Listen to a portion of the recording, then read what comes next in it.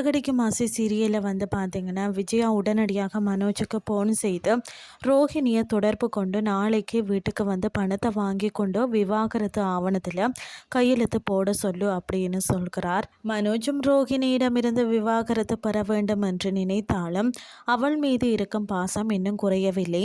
அதனால் மிகுந்த தயக்கத்துடன் ரோஹிணிக்கு ஃபோன் செய்து விஷயத்தை தெரிவிக்கிறார். அந்த செய்தியை கேட்டதும் ரோஹிணி முற்றிலும் வந்து அதிர்ச்சி அடைந்து வாழ்க்கையே முடிஞ்சு விட்டது போல என மனமுடைந்து கதறி அழுகிறார். மறுபுறம் முத்துவும் மீனாவும் பேசி கொண்டிருக்கும் போது மனோஜுக்கு இவ்வளவு பெரிய தொகை எப்படி கிடைத்தது, அதில் ஏதோ மர்மம் இருக்கிறது என்று முத்து வந்து தனது சந்தேகத்தை வெளிப்படுத்துகிறார். ஆனால் மீனா எப்படியோ பணம் கிடைத்து விட்டது, அதை விட்டு விடுங்கள் என்று சமாதானப்படுத்த முயற்சி செய்கிறார். இதற்கிடையில் விஜயா பார்வதிக்கு போன் செய்து நாளை காலை சரியாக 10 மணிக்கு வீட்டுக்கு வா, ஒரு முக்கியமான விஷயம் நடக்க போகிறது என்று அழைக்கிறார்.